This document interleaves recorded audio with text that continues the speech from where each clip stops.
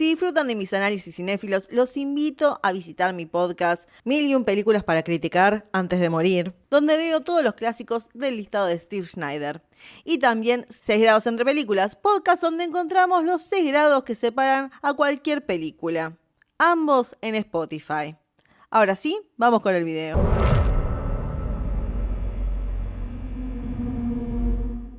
Nos encontramos en una gran época para los fanáticos del género del terror, con 3 películas del género estrenándose bastante cercanas la una de la otra, así como con una serie que mezcla también comedia y que altamente recomiendo. Y todo esto antes de Halloween, la festividad, no la película. Obviamente fui directo a descubrir la magia de Obsession al cine, con ya planes de ver Backrooms esa misma semana. Sabía muy poco de la película de Kane Parsons, excepto lo que había visto en su tráiler. Pero viendo las críticas, descubrí que los Backrooms son todo un fenómeno de YouTube desde el 2020, con varios youtubers participando en crear estos videos de pasillos bizarros. Y esto es algo que no suele pasar, que un video de YouTube sea llevado al cine. Aunque si lo pensamos, 10 años atrás fui a ver una película que se había hecho sobre un corto que se hizo bastante popular en la internet. Y ese fue Lights Out. Después de ver Backrooms, me puse a pensar, ¿por qué esta película es un éxito masivo de taquilla, pero Lights Out pasó sin pena ni gloria cuando finalmente llegó a la pantalla grande? Todavía me acuerdo de ver el corto y el miedo que me generó, pero casi nada de la película.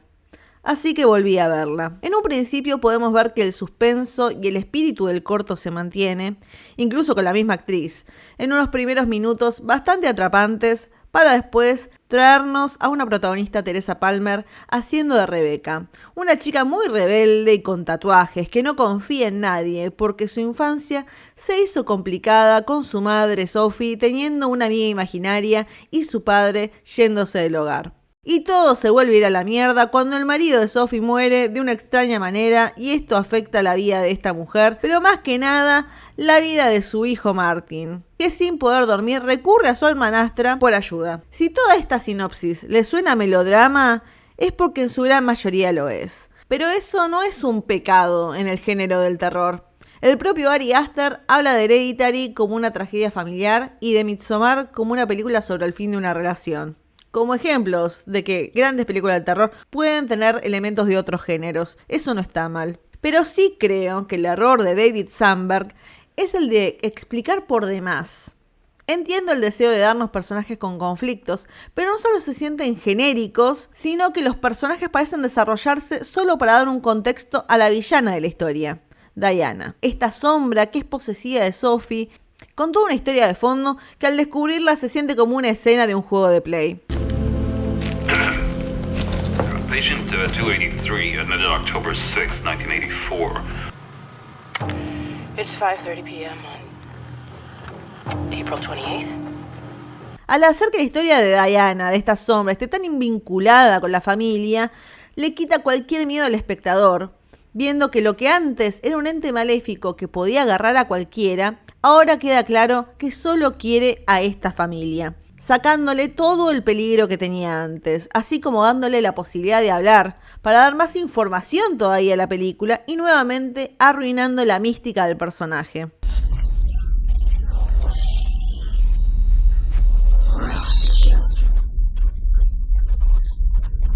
Esta es una película que se preocupa tanto en explicar que luego de la muerte del marido de Sophie nos muestran su foto familiar y también un marco de su obituario. ¿Quién carajos enmarca un obituario? Nadie. Pero no podemos culpar del todo a Sandberg cuando él solo sigue una fórmula que se mantiene en la mayoría de las películas de este género. Primero, un evento horrible que sucede y podemos presenciar, que generalmente es algo que transcurre en el pasado. Segundo, conocemos a los personajes y la vida que llevan. Tercero, algo malo pasa, así como sucesos que no pueden comprender. Cuarto, personaje o varios personajes investigan lo que genera estos males. Quinto, se entrevista o se encuentra una persona que sobrevivió a este mal, generalmente la persona que aparece en el primer punto, que puede dar una solución posible a los personajes. Sexto, los personajes prueban esta solución que no llega del todo a funcionar y deciden encontrar otra solución posible o todo se va a la mierda. Podemos ver todos estos puntos en Lights Out. pero vemos muy poco de la tensión que hizo que el corto se volviera un éxito. Al ver Backrooms, podía notar la intención de Kane de generar una historia con personajes traumados para hacer, más convencional. Pero una vez que entramos a los Backrooms, no tenemos respuestas claras sobre los males que pasan ahí.